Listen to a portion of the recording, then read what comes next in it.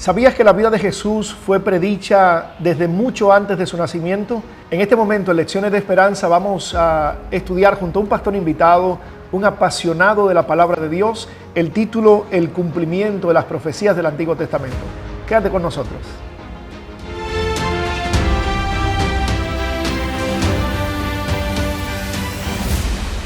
Muchas gracias por continuar conectado con nosotros en su programa Lecciones de Esperanza. Como les mencioné, tengo el gozo, el placer de tener a un amigo aquí en este programa, el pastor José Carlos Báez. Y quiero recordarles, antes de comenzar con nuestro conversatorio el día de hoy, que usted puede continuar conectado con nosotros a través de Facebook, Instagram y nuestro canal de YouTube como Adventistas del Sureste y en nuestro canal de WhatsApp como Adventistas Sureste. Allí usted puede recibir todas las informaciones relevantes de nuestra asociación.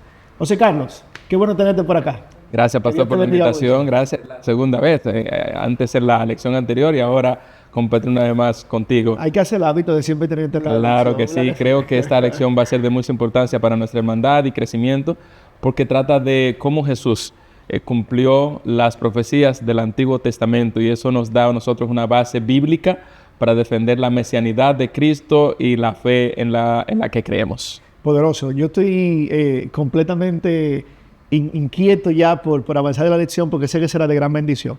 Pero como siempre, queremos recordarles que antes de estudiar la palabra de Dios es muy importante que usted busque su dirección para que sea el Espíritu Santo quien nos ayude a comprender. Vamos a orar.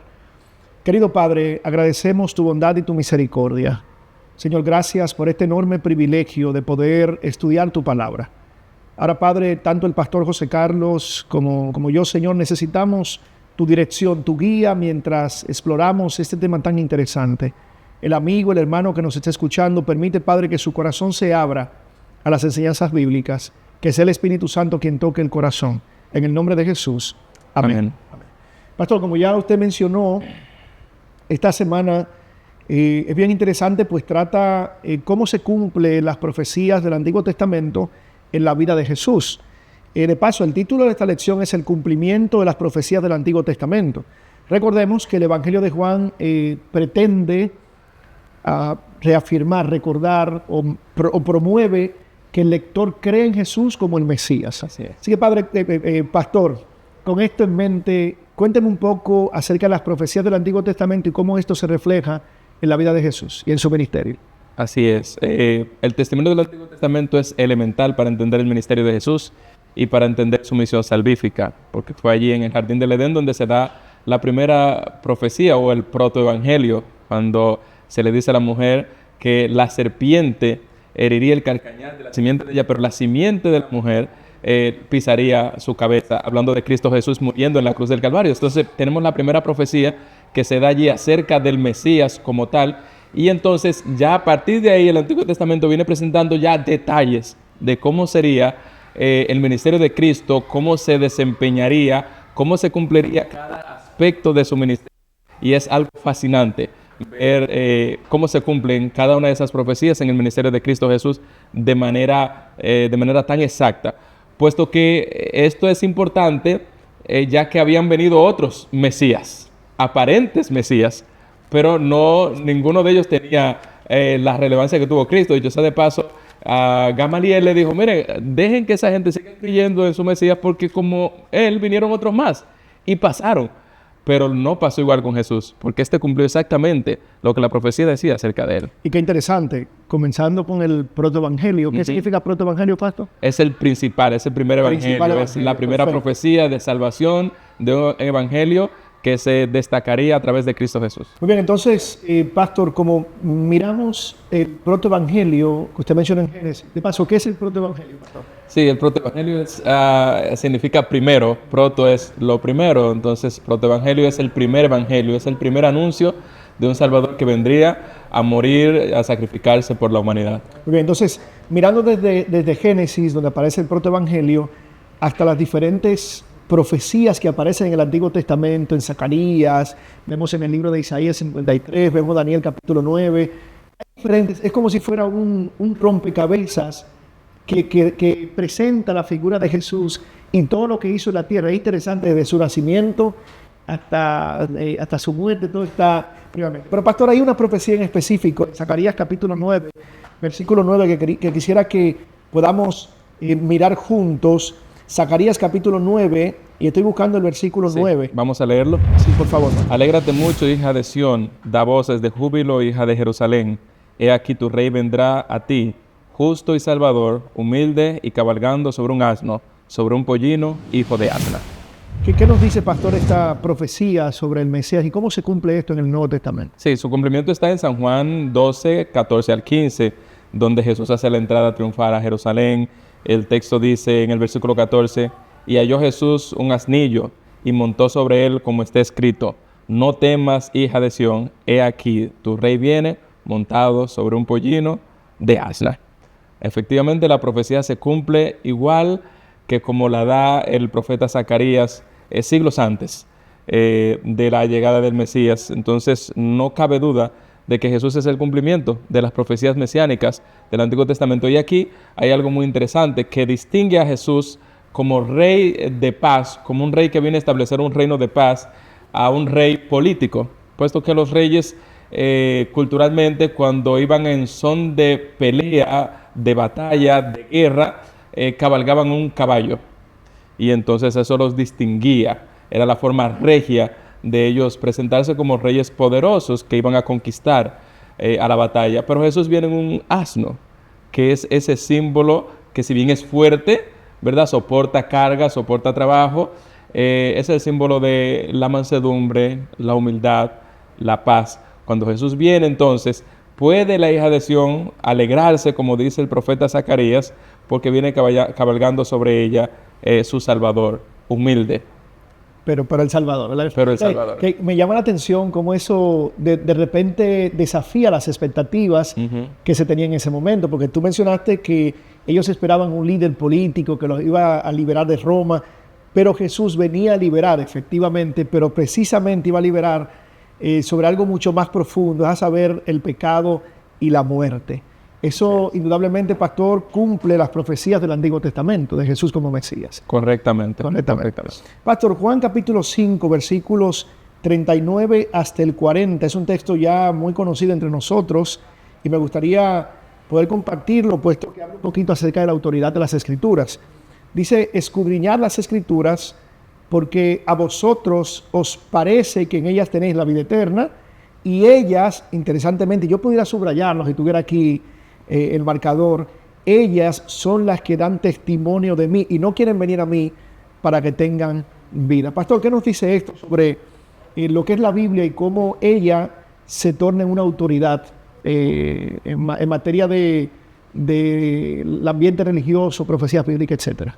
Claro, como decía en la introducción, no pudiéramos tener un testimonio claro del ministerio de Jesús si no fuera por el Antiguo Testamento. La escritura a la que Jesús se refiere y a la que el texto hace alusión es al Antiguo Testamento. Hay muchas personas hoy en día rechazan la autoridad del Antiguo Testamento en cuanto a conducta, doctrina y práctica. Y ellos argumentan, ¿no?, que ya se cumplieron esas escrituras y que ya no tienen un valor práctico para el cristiano de hoy en día. Sin embargo, no fue lo que dijo Jesús. Jesús dijo, ustedes la escudriñan porque ellas son las que dan testimonio de mí y en ellas está la vida eterna. Así que la relación de Cristo con las Escrituras fue de sometimiento a ellas, porque ellos iban a identificar el ministerio de Cristo a través del Antiguo Testamento. Cada vez que Jesucristo citaba un texto del Antiguo Testamento, lo hacía en alusión al cumplimiento de la profecía basado en su ministerio. Así que la Escritura toma su autoridad de que no es solamente una palabra que dijo alguien, sino que son palabras y son profecías que se cumplen realmente, y Jesucristo entonces estaba dando testimonio acerca de ellas. Sí, no, y de paso, cuando nosotros vemos, por ejemplo, el apóstol Pablo diciéndole al joven pastor Timoteo, hablando de las Escrituras, que toda Escritura es inspirada por Dios, precisamente habla del Antiguo Testamento. Ahora, qué consolador y cuán esperanzador es saber que cuando yo estoy estudiando el Antiguo Testamento, cuando estoy estudiando la Biblia en el Antiguo Testamento, tengo una certeza de que es palabra de Dios porque vemos cómo se cumplió todo en la vida de Jesús. Correcto. Ahora, pastor, ¿de qué manera Cristo viene a ser en el Antiguo Testamento el centro de todo lo que se va a decir de Jesús? ¿Cómo yo veo eso en el Antiguo Testamento? ¿Hay alguna otra profecía que podemos ver en la Biblia que Sí. apunta a Jesús como el Mesías? Mira, Jesús toma imágenes del Antiguo Testamento para reflejarse él. Por ejemplo, en San Juan capítulo 3, versículo 14, él dice lo siguiente: y como Jesús levantó la serpiente en el desierto, así es necesario que el Hijo del Hombre sea levantado. Jesús toma la imagen de la serpiente del libro de Números capítulo 21, el versículo 5 en adelante, cuando hubo la plaga de las serpientes que entraron al campamento y mordían a las personas. Eran mordidas mortales, las personas morían, y entonces la única forma de que ellos pudieran salvarse fue una serpiente que Dios mandó a hacer a Moisés. Esa serpiente iba a ser de cobre, de bronce, no recuerdo bien el metal ahora mismo, de bronce.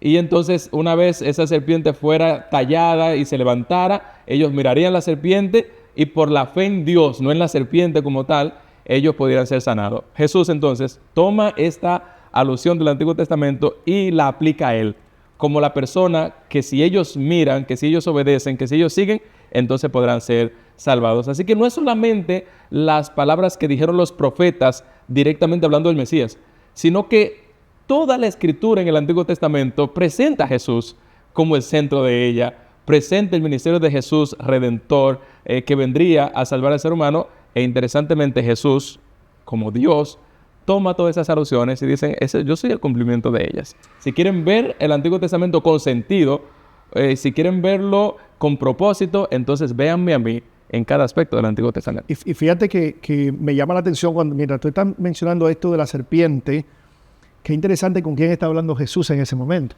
Está hablando con alguien que conocía las Escrituras, que pudo haberlo refutado. Sí. Nota que, de paso, Nicodemo, de ese conversatorio, creemos que vino creyendo en Jesús como Mesías, sí, claro que sí. Porque Jesús precisamente refirió las profecías del Antiguo Testamento. Pastor, el Camino a Cristo, página 85, muestra un texto interesante. La sierva de Dios, Elena de White, dice en la página 85: Cristo es el tema central de toda la Biblia.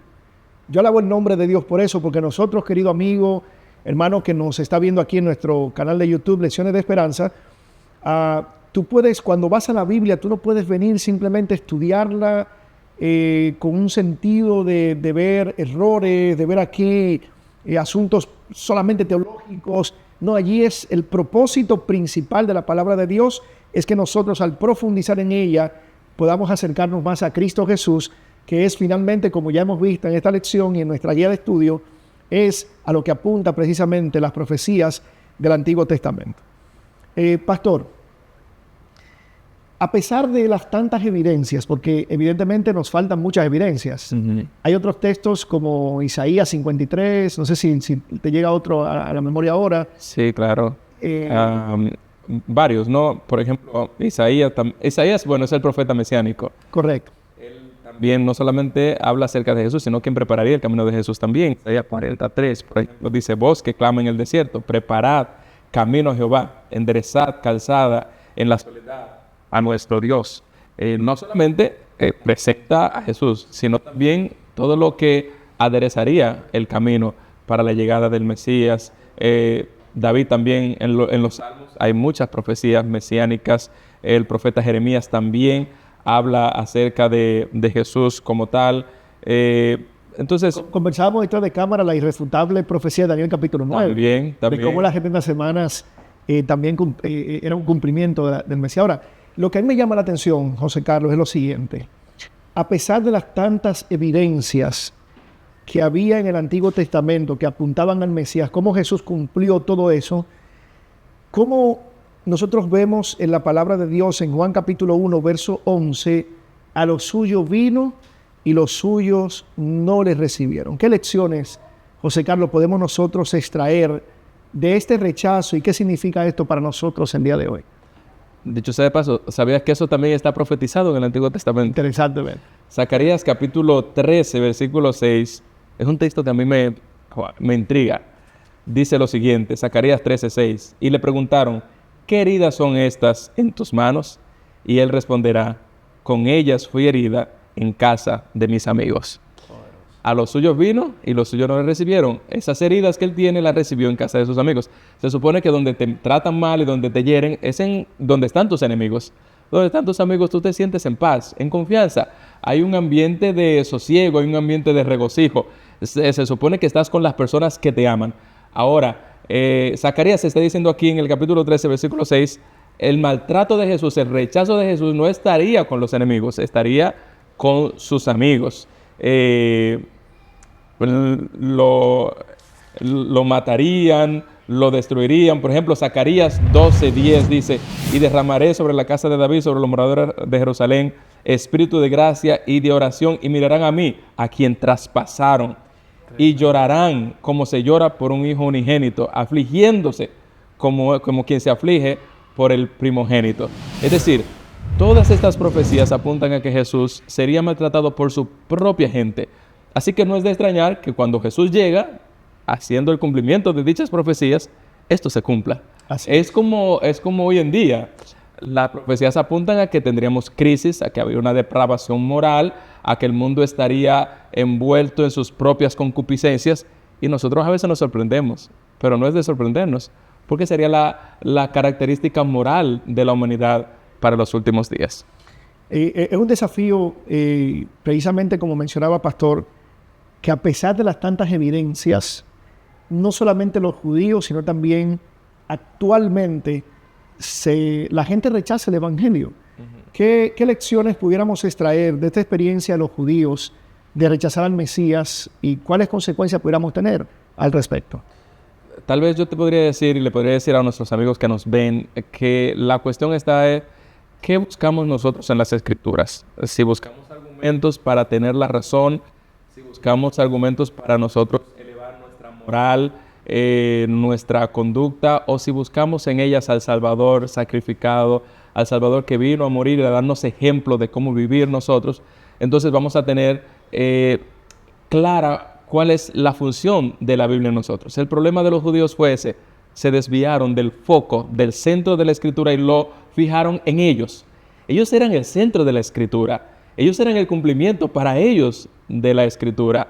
No miraron que el centro y el cumplimiento de las Escrituras era Cristo. Entonces hay una lección para nosotros, evidentemente, y es que podemos perder el foco de las Escrituras, que es Cristo como nuestro Salvador, y poner ese foco en otras cosas, que pueden ser nosotros, pueden ser la crisis, puede ser el anticristo, que se habla mucho de eso también hoy en día, a veces más que del mismo Cristo.